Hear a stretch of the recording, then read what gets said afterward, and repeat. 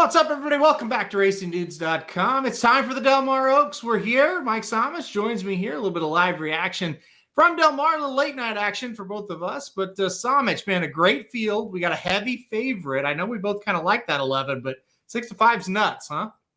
Yeah, I don't like it at 6-5. I mean, this is one of those where it's like I couldn't put a win bet on this horse. We've seen chalk open up with the pick 5 here with favorite. So it's tough if you're going the 11 here in a 13 horse field at that price in the pick 5 as well. So you got to find a way to get around this horse or hope that there's some way to get around this horse unless you're pressing like crazy here to try and make some money.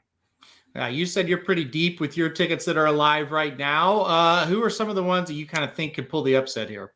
Look, I have the 2 on top here. Bella Bell. I think that's, D'Amato has done so wonderful here at the California turf circuit, specifically in the graded stakes. He's got 3 in this spot. He took the 1 out, but he's got the 2, the 3, and the 7. They're all on my ticket here. I respect the heck out of whatever D'Amato puts in the gate right now over that Del Mar turf.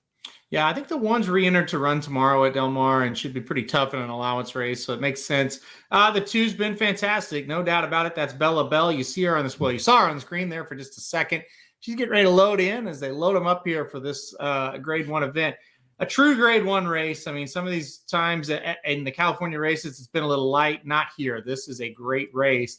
I think we're going to have a lot of fun with it. I know Jared liked the 5 Cairo Memories. That horse is 6-1. That's providing value. Not a bad price at all for a horse that last time out ran in the Belmont Derby. I mean, so it's coming out of a grade 1 $500,000 race there from Belmont. I mean, this is fun. We're getting a shipper in here in Spendarella who came up from overseas, just ran at Ascot last time. You got a horse coming in from Belmont in the major stakes race. You got D'Amato with 3. I think the 12 at 30-1 is an interesting horse that just broke its maiden and stepping right up into grade 1 company. I mean, this is a fun race. Whenever you get 13 horse fields in grade 1s, it is never a bad thing. No, not at all. And like you said, if you do not like the favorite, pick your price. You got a ton of options to go there. You can't hate any other price on the board right now. Bella Bell is bet down from that 5-1 morning line. You kind of thought that would happen though. 7-2. I think that's a fair price on her as well. Spendarella goes into the gate at even money. We've got 2 more to load here. We're going to load the 13 and 14. We're going to be out of the gates here. What to look for early, at least for me. I think Spendarella's got to clear and get to the front, right? Yeah, that's the key. You're going a 1.125 over this Del Mar course. You're going to go down a chute and take a little bit of a half turn into the stretch. If she cannot clear, she's going to be 3 or 4 wide on that half turn, and that is not a spot you want to be, especially for a turf course that's playing toward courses coming from off the pace right now. So she's really got to get out clean and clear, and she's in a little bit of traffic here, and it looks like she's not going to make the lead, but she will at least get closer to that rail.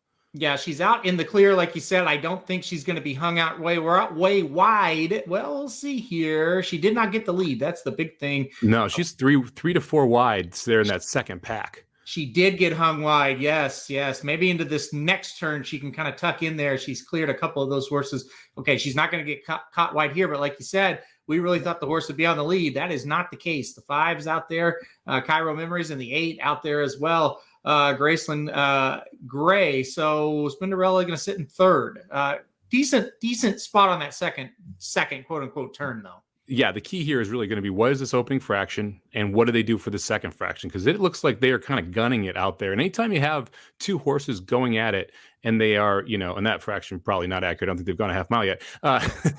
Anytime you have 2 horses gunning it like this and they're clear by a couple lengths, generally it's not great for anyone who's in that top 3 or 4. I think we might have some comfort behinders here that try and trip out and get this done late. Yeah, we'll see the 11 and the 2, Bella Bell, also right there behind them. Again, it would be nice to know if the fractions were correct and what was happening here. 110 for 3/4. I don't know. I don't think that's right, but we'll see. I don't know. They're starting to drop. Here comes Spendarella. She's ranging up really nicely here.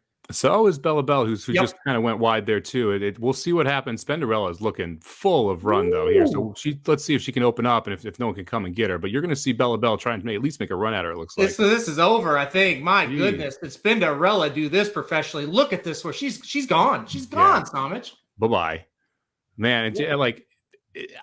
That was tough too for her. She didn't get the lead. She didn't get to do what she wanted to do. She was able to get loose on top of the lane, but I mean. Again, I really wish that we could see the accurate fractions here because I don't think that those are dead on there. If they are, that's a heck of a performance here for Spendarella. She absolutely, and like I said, we wanted her on the lead because that's where she's always been. She did, like you said, something completely different. She tossed those 2 horses aside like they were nothing and just galloped home. And the thing about it is, much like the race in the Alabama with Nest, the horses you thought were pretty good that could beat Spendarella were right there and finished second and third. I believe Cairo Memories held on for third, and Bella Bell had a nice run, I thought, to get second. Yeah, that's the thing.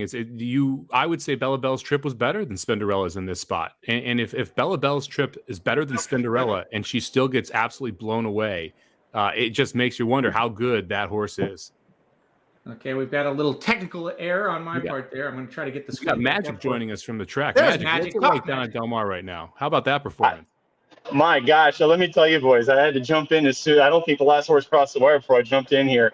Spendarella, when she hit the top of that stretch, she was gone. I mean, it's one of those things that you guys know, you've been in Saratoga all summer. When you see it in person, it's just electrifying when they do that. And I just stood up and started clapping. I was trying to beat her here. I knew top of the stretch she was long gone. That was amazing. Well, and Aaron made this point a couple minutes ago as well before you jumped on. Bella Bell ran a race, got a better trip, and just got blown away. So when you have this next best horse in the race, get the trip and run well, and you still see this type of performance, it's just breathtaking. Yeah, it was. And then for a second, I thought the tour was just going to slide right up the rail. We saw Bruce do that in the San Clemente here last time. And he had the tiniest bit of check-up that he had to do, but that didn't matter. It did not matter. Spendarella was winning that. And this is why Tyler Gaffleone came to Del Mar this weekend, was to ride this horse. And he had a couple other mounts, but it was for this ride. You know what? She overcame a lot to win from that post, to come from Ascot and go not just back to America, but across America.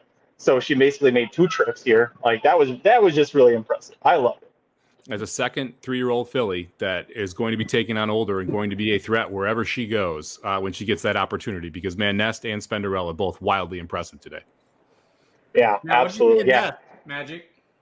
Oh, Nest was incredible too. I mean, it was what we kind of expected, but it was still great. It was like you expect excellence, and then when you get to see it like that, it was awesome. I had to watch the replay mostly because Del Mar ran on top of them for a little bit, but yeah, no, just a great day of racing. We got 2 more races left here at Del Mar, so I'll hop back in on that stuff and see if we can close this out with a nice daily double. But whew, it's always gratifying. You guys know this, when you go to the track on a big day and you get to see a performance from a grade 1 horse like that. Just awesome.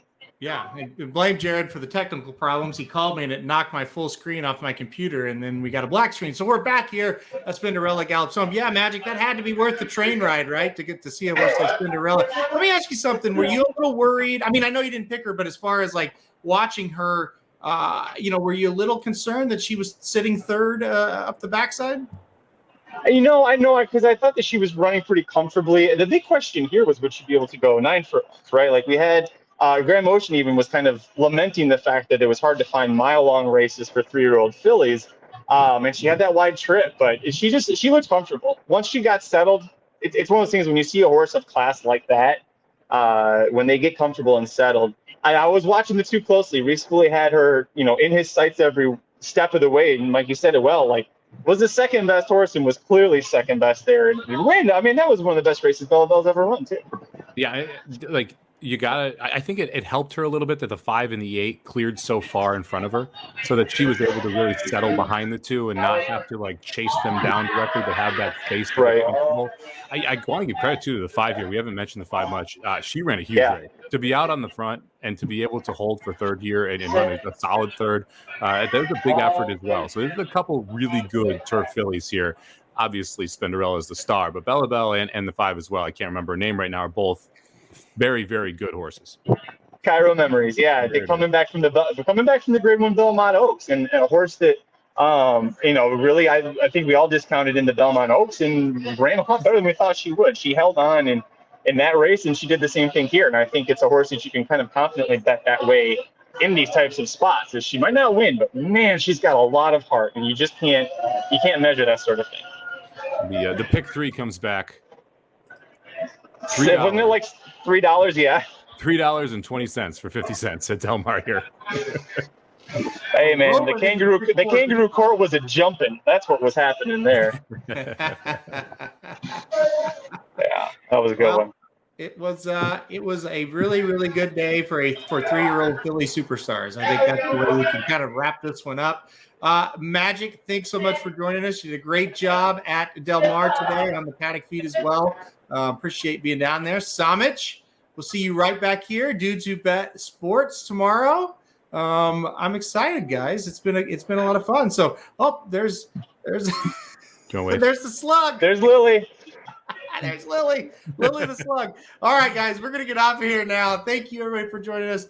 If you like this, hit like. If you really like, hit that subscribe button, and you'll see Magic's face, Somich's face, my face, Lily's face, 24/7. You'll get alerted when we go live and when we have videos. So thank you everybody for watching, and we'll see you next time. Woo.